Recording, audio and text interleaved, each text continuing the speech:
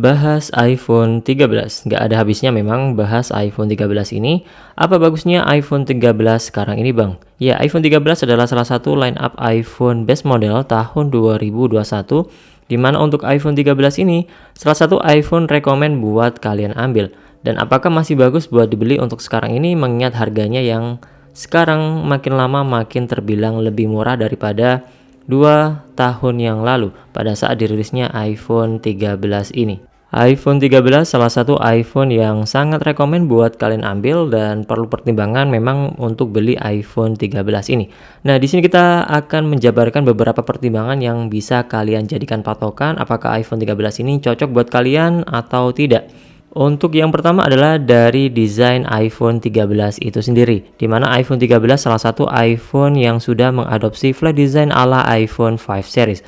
Kita ngomongin desain pastinya ngomongin soal layar juga, di mana kalau soal desain iPhone 13 ini tentunya nggak ketinggalan dengan iPhone yang lebih baru. Sudah mengadopsi flat design ala iPhone 5 series, desainnya sudah mengotak. Dan untuk ukurannya ini masih sama seperti halnya iPhone 12 ataupun iPhone 11, iPhone XR, yakni menggunakan ukuran 6,1 inch dengan resolusi Full HD+, dan juga sudah menggunakan layar Super Retina HDR OLED Dolby Vision 1200 nits yang tentunya untuk pemakaian lebih nyaman dan lebih enak dibandingkan layar LCD IPS biasa.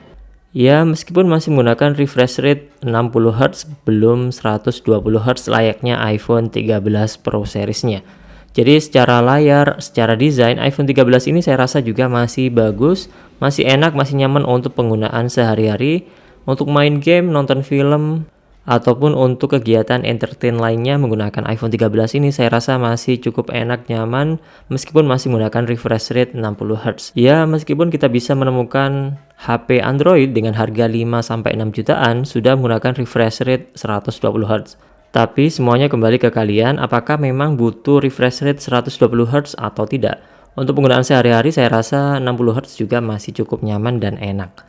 Kemudian masuk poin yang kedua atau pertimbangan yang kedua adalah dari spesifikasinya, di mana iPhone 13 ini menggunakan spek tahun 2021, di mana menggunakan chipset Apple A15 Bionic dengan fabrikasi 5 nanometer, CPU hexacore, Apple GPU 4 core graphics dengan RAM 4GB, yang saya rasa untuk tahun 2024 ini masih cukup overkill untuk penggunaan main game ataupun menjalankan berbagai aplikasi di iPhone 13 ini. Apalagi didukung dengan internal storage yang paling kecil adalah 128GB. Memang jadi standar baru di mana kapasitas 128 adalah minimal untuk sebuah iPhone, karena iPhone nggak bisa di-expand ke micro SD ya.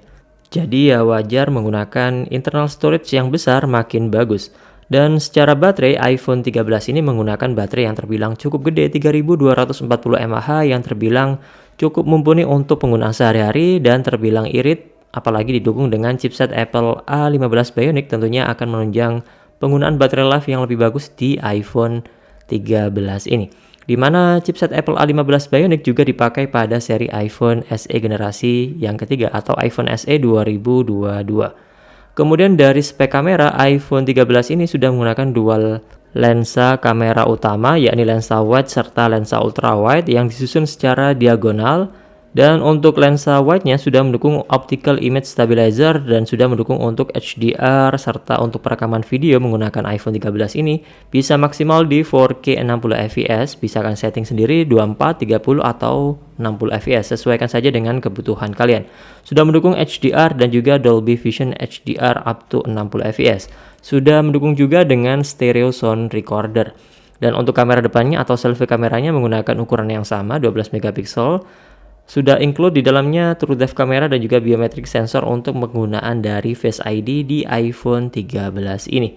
Dan sudah support untuk Face ID dan juga HDR serta untuk perekaman videonya bisa maksimal juga di 4K 60fps. Sudah ada Gyro Ace atau Electronic Image Stabilizer pada saat kalian menggunakan kamera depan dari iPhone 13 ini untuk merekam video yang lebih stabil dibandingkan pada umumnya. Serta pada iPhone 13 ini pada fitur kameranya ada fitur baru yang namanya adalah Cinematic Mode, yang tentunya baru bisa kalian temukan pada seri iPhone 13 series ini ya, yang tentunya tidak akan bisa kalian temukan pada iPhone 12 ataupun iPhone 11.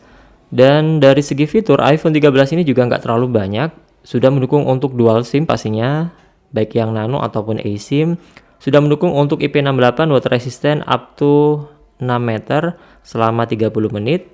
Kemudian sudah mendukung Apple Pay, NFC, fast charging, wireless charging, MagSafe wireless charging, dan juga sudah mendukung untuk jaringan 5G.